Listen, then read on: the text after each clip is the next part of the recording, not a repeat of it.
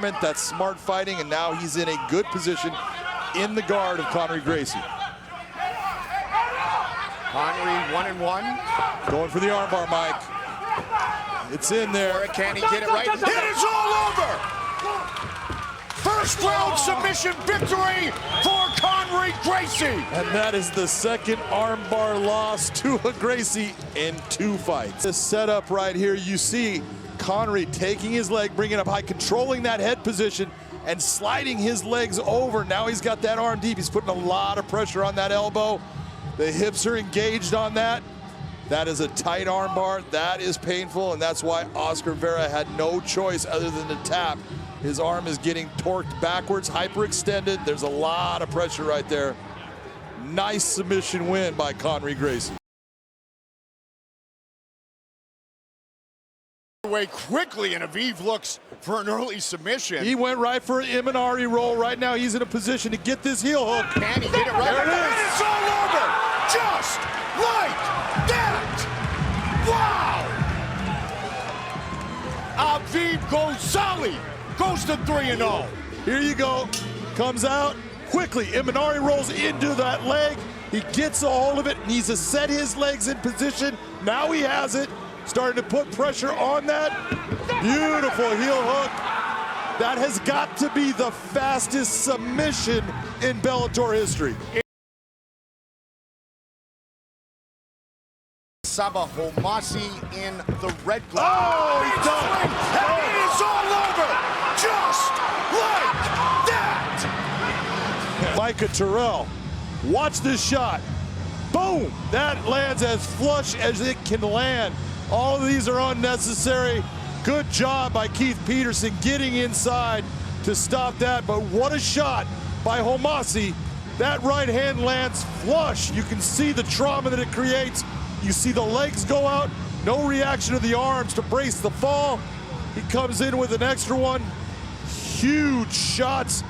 What a fight starting sequence and ending sequence by Homasi. Watch this live. Real time, just waits. You could hear it. Sounds like a baseball being hit out of the park. It's kind of what it was. It was a home run shot. That's Watch this at real speed, Mike. You'll see a couple little feints by both fighters, just getting that feeling out process. But as soon as Homasi feels that range closed by Terrell, he steps in. There it is. What a shot by Homasi.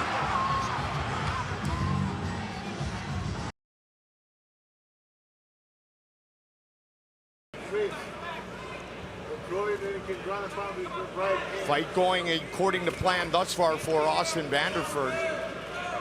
Lethal elbow in the first round, opened the cut, and then he's continued to just punish that same spot here in round number 2. And in this position, and with what we have with sweat and now some blood from Joseph Creer, this is going to make it very, very difficult for Joseph Creer in this position. If he tries to lock up his submission, he can lock it up and lock it up pretty good. And Austin Vanderford's going to have a very good chance of getting out of it just because of how slippery he's becoming. And great work within the guard, and you have to think this move up, at least for this fight, to 185, and that additional strength is helping Austin in this situation. Yeah, and you can see, look, he's not tired in any fashion. No, not at all. He is always looking to posture. He's always looking to hit with the hand or hit with an elbow, which is telling you he's a conditioned fighter that's feeling good with what's occurring in the cage. He's the one in control of the pace. He's the one in control of the position. That's why he's the one winning the fight.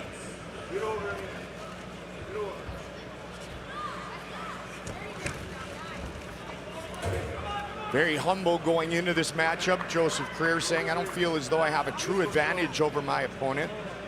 Being being someone who brags and is boastful prior to a nice pass. Ridiculous. He wants to adjust. Can he adjust, though, John, to this smothering performance of Vanderford? Well, he's doing everything he can, but he has taken some big, heavy elbows and shots while on his back, and this is why, look at, the game of MMA has evolved, and you cannot hold somebody in your guard and expect to not get beat up. It's just not going to happen. Guys are too good at understanding how to roll their arms over for elbows, how to put pressure and slide them, how to land those punches. And it's just a matter of it just breaks you down. You start to hesitate, you start to wait, and when you do that, you're losing. Final seconds of a dominant round 2 for Austin Vanderford.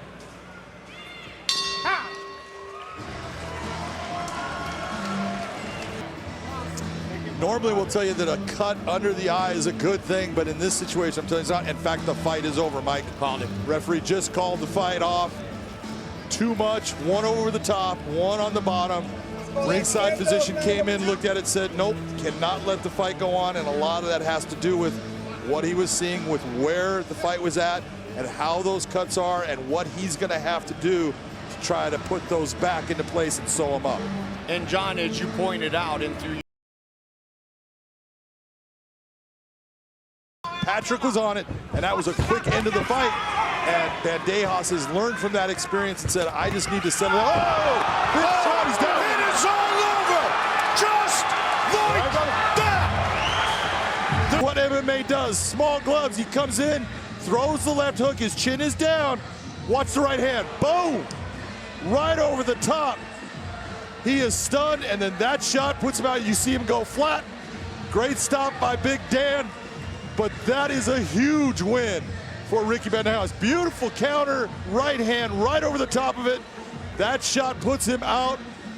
Big, big stand-up knockout. What you don't expect in this fight, Ricky Bandejas delivers. And moving backwards.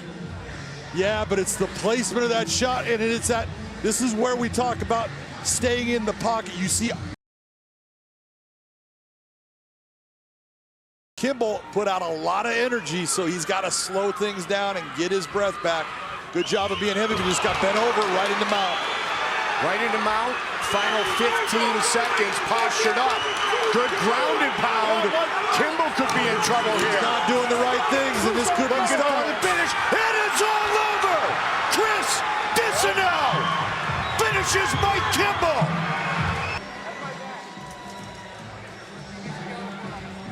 Look at these shots, big shots. Dissanel is in trouble. He is hurt right here, and Kimball is going after him.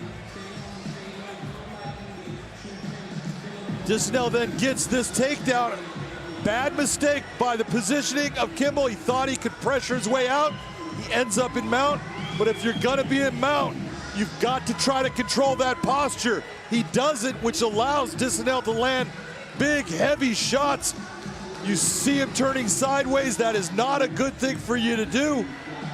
He gets folded backwards. He might have gotten hurt off of that position. But when he starts to turn, he takes these shots and he starts to turn sideways. There's no intelligent defense by Mike Kimball. He is nothing more than a punching bag, and that's why Dan Miragliotta comes in and stops this fight. Chris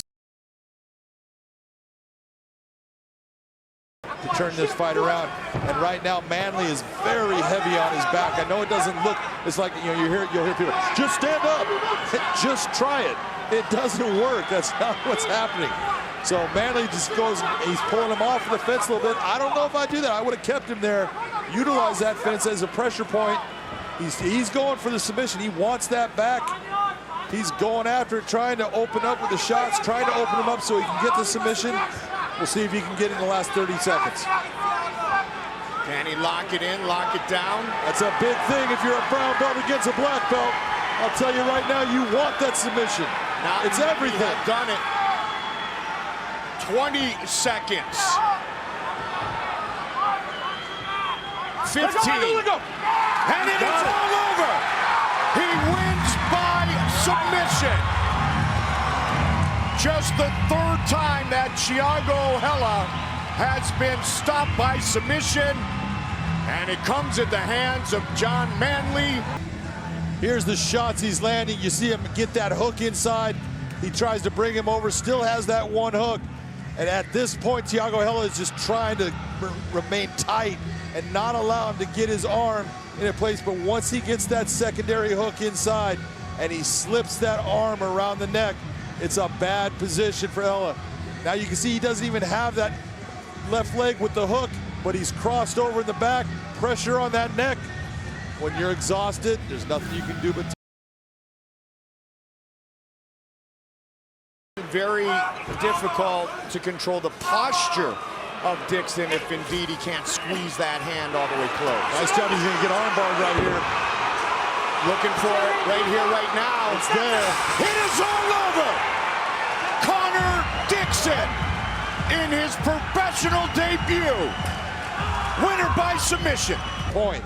Because here he is. Beautiful job in the mount. You see Castro trying to utilize that cage, but he just says, all right, I'll take the arm. You gave it to me. It's mine. And now there's nothing you can do. I've got a hold of it. It's deep. That's what a real fighter does. Welcome to the professional ranks, Mr. Connor Dixon. Watch the arm bar, Mike. You see, he's trying to, the biggest problem is where that thumb is. Get that thumb straight up and down. Now he gets that leverage on the end of that hand. Underneath him, has landed some good strikes, looking to go towards the mountain. There it is. This could be it. It is an arm triangle choke right now. It's tight. You can see him having problems with it. Normally we want to go to a side position like he is cross body. There you go. Very tight. He's got a good squeeze on it. He's still there. Peterson. It is all over. Nick Newell by submission.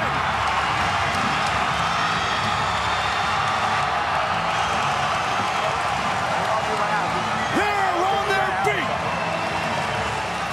See, in this takedown right here, it's not normal. He's got that head hooked with Corey's arm, but it's the position that he then starts to turn him, brings him down to the ground.